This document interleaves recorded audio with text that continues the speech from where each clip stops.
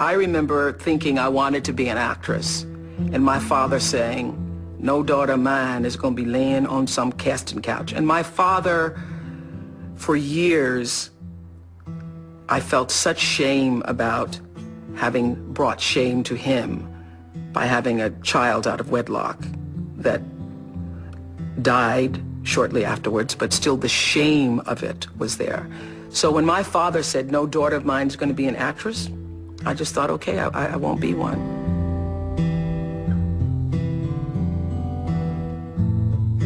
People doubt that your thoughts create reality for you.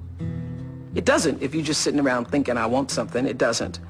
But there's no question if the energy and the vibrational frequency is correct, is in sync with what is to come your way, that there is a space that you create that allows that to happen.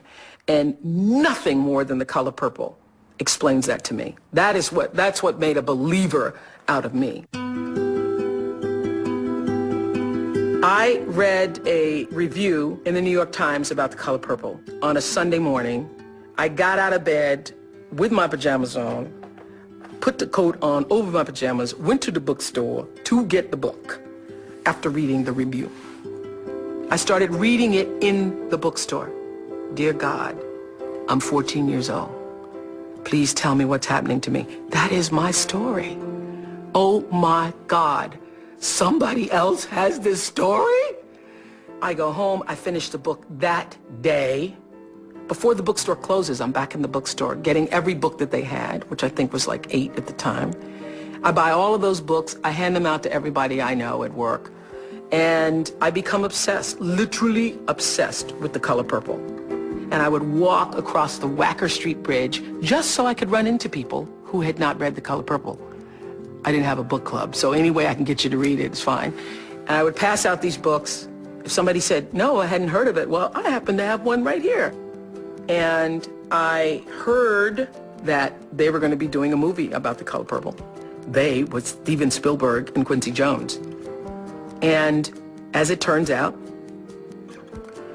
I start telling everybody, I'm going to be in that movie. I'm going to figure out a way to be in that movie. I get a call from a casting agent saying, we're casting for a movie called Moonsong. They called it Moonsong at the time. You're casting for a movie called Moonsong? You're sure it's not The Color Purple? Because I've been praying for The Color Purple. He goes, no, it's Moonsong. So I go to this audition on a day in Chicago where it was 72 below zero. So cold they had ropes out to keep people from falling down. I had a cold, sore throat, swollen, and it had wrapped my head. And it was so cold that when you walked outside, your eyelids froze. When I walked in there, I thought, oh my goodness, it is The Color Purple. Because I know every character. I've read the book. I read for The Color Purple, and not only am I reading, I'm reading like for a major role. They want me to read for Sophia. She's married to Harpo. And Harpo is my name, spelled backwards. So I think if that is not a sign from Jesus himself, I never saw a sign bigger than that. So I audition, I hear nothing. I ended up months later calling the casting agent saying, I haven't heard anything. He said, you don't call me. What are you calling me for? I call you, and we have real actresses who are auditioning for this part. Alfre Woodard just left my office, he said. She's a real actress. You have no experience. So I hung up the phone, and I knew I'm not going to get the part. So I feel really terrible. I can't even believe this. I think this is a God trick. I think, well, God, what'd you do that for? Why did you take me to the audition, and I'm auditioning, and then it's a Harpo character, and then I'm not going to get it? So I think it's because I'm fat. So I go to this fat farm, and as I am running around the track by myself on a cold, rainy Wisconsin day, I start praying to God out loud, and I say, I don't get it. I really don't get it, God, but I know you do. I don't know if this is some kind of joke or what you're doing with me, but I thought you wanted me to have this part.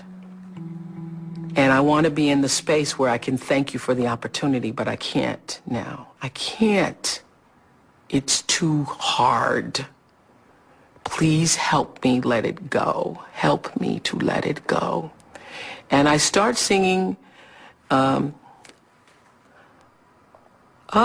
surrender all. I surrender all. All to thee, my blessed Savior.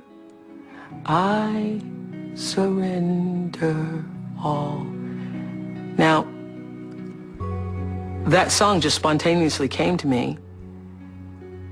But when you first start to sing it, you really can't surrender. You're just saying, okay, I'm going to sing the song. I sang and I prayed and I sang and I prayed and I sang and I prayed and I cried until I could feel myself let it go and know you're going to be all right. You're going to be all right. And at first I thought, you're going to be all right, but you won't be able to ever see the movie. You can't see the movie, but you'll be all right. And then I kept praying. I want to pray till I feel like I can actually go see the movie. And I will be able to bless Alfred Woodard in the role. That I'll be able to say, it's a good thing you got it. I want to be able to do that. And in the moment I could say, I can now see Alfred Woodard. I can see that can happen. And I will be okay.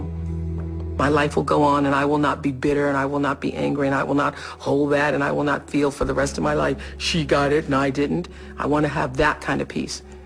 And in the moment that happened to me, somebody comes running out to the track and says, there's a phone call for you. And there was Steven Spielberg calling to tell me that I hear you had a fat farm. And he said, if you lose a pound, you could lose this part. And I ended up stopping at Dairy Queen to make sure I hadn't lost a pound. And the next day I was in his office at Amblin at Universal Studios and got the part.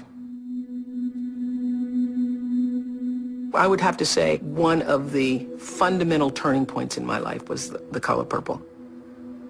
Nothing has had a greater impact on me, spiritually, emotionally, psychologically, in determining my path, because it literally changed my faith in that I could see it. It was real.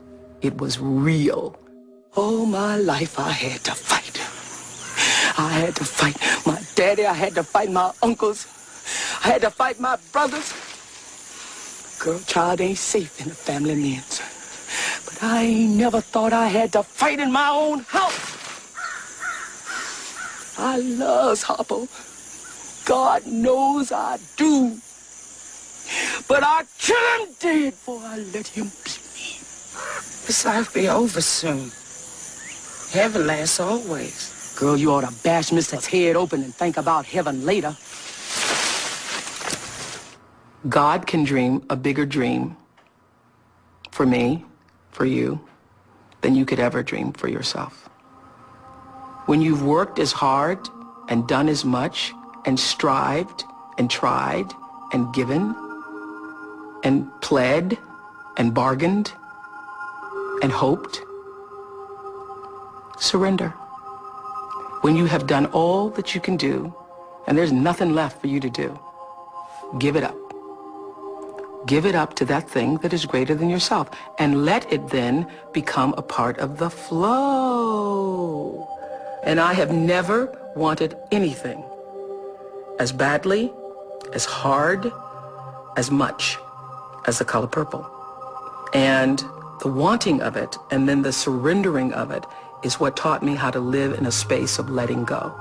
You can dream this much, but God has a bigger dream. That The Color Purple is then setting you up for the national Oprah Winfrey Show. I didn't know that at the time. So when I ask, What should I do? Should I do this? Should I do this? The bigger question is, what would you, God, the universe, have me do?